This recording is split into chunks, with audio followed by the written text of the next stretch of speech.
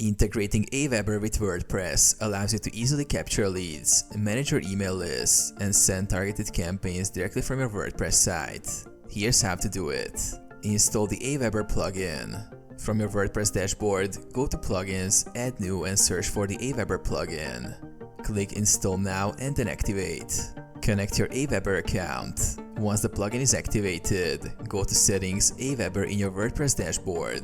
You'll be prompted to log into your AWeber account. Follow the instructions to authenticate and link your account.